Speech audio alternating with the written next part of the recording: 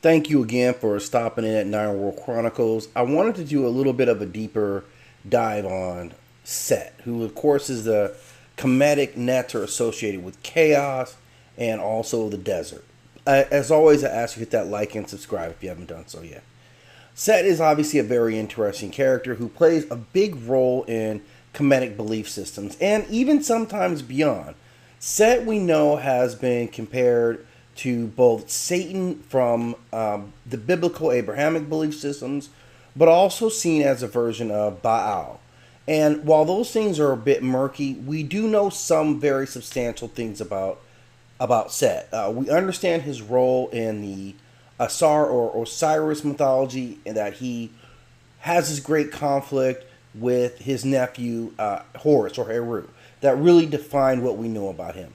That when he was in command, or he was sitting as ruler of the kingdom, this was a time of chaos, and that Heru reestablished order.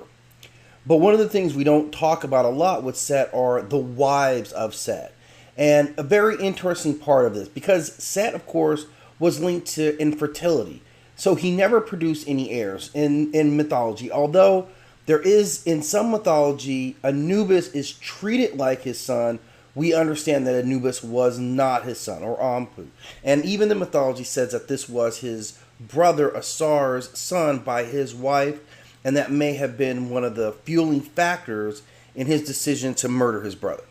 But looking at his wives, they were very diverse. Now, the wife in question was, of course, Nepes, and you can see Nepes is pictured here. And Nepes was said, of course, to be one of the nine, one of the Ennead, of course, which we know as the Pasejet, those nine. And, of course, that makes her the sister of Osiris or Asar, also Isis, Set, and she is also, of course, the sister wife of Set himself.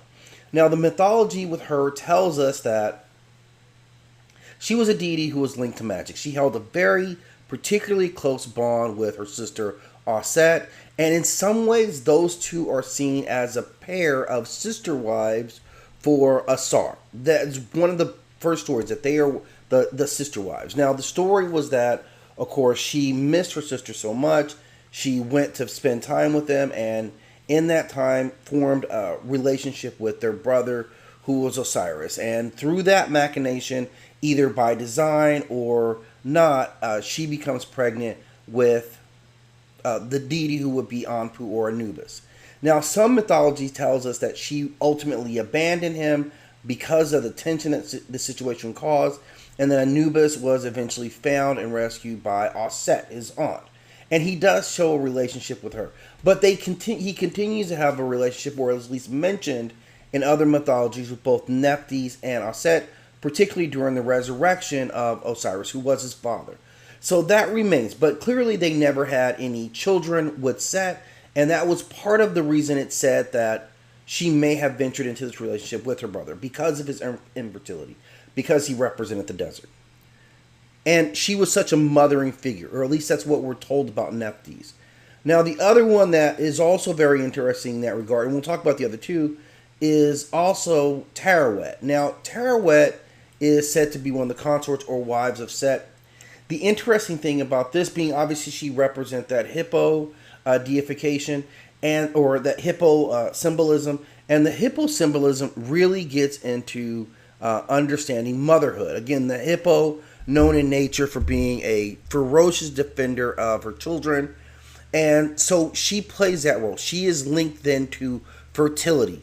Interesting that a Netta or goddess associated with fertility would be connected with a deity who himself represented infertility, being the desert, right? That's where Set role is. However, it is known in other stories that she was also a force who could control Set. While there weren't many who could, outside of, say, Montu, it is said that Teret had an influence or a control over Set to defeat his more sinister nature. Or at least that's how she's often depicted in mythologies that talk about these two as a couple.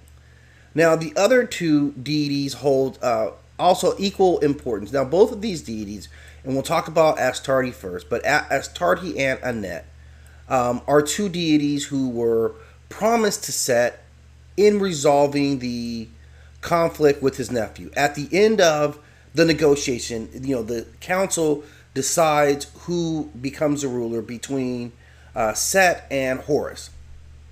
And of course, Horus is given over the kingship to inherit his father's throne and becomes the ruler of the kingdom. And Set, as giving Set a gift to kind of assuage his anger, they give him a small or this reward, and this reward are two foreign goddesses. They happen to be Astarte. Now, both are kind of seen in this tale as being Canaanite gods, but obviously they're linked to other mythology. As Astarte here is linked as being the Semitic goddess of the evening star, and Annette is said to be the Amorite goddess of war. Now, of course, these still represent that area of the world, Mesopotamia, and I think in the telling they're identified as Canaanite deities. But these two are also given to Set as his wives as compensation for missing out on the throne. So that just tells you how valuable a goddess wife is. But Set neither has children with none of these goddesses. So we see 5 wives that he had, or 4 wives that he had that were his consort. He also attempts to grape Aset, and of course is rebuffed by her magic. But a very interesting figure. Now, the thing about Set is that his infertility made him seem as other within the pantheon. Set was seen as somewhat unnatural in comparison to the other deities, and part of that was his infertility, right? His association with the desert and then infertility, and then in his unnatural act with his nephew. So there were some ways in which that Set was portrayed that was different than the other deities, and this is among them. But I wanted to at least take a little moment to talk about the wives or the consorts of Set and how they showed a reflection on him. So Set had 4 wives and other conquests, but remained childless due to his infertility, just a part of what makes him different from the other deities in the pantheon. Thank you again for stopping in. I hope you click that like and subscribe, but also click that notification bell. It would mean a lot if you're able to help support the channel in that way. Thank you again.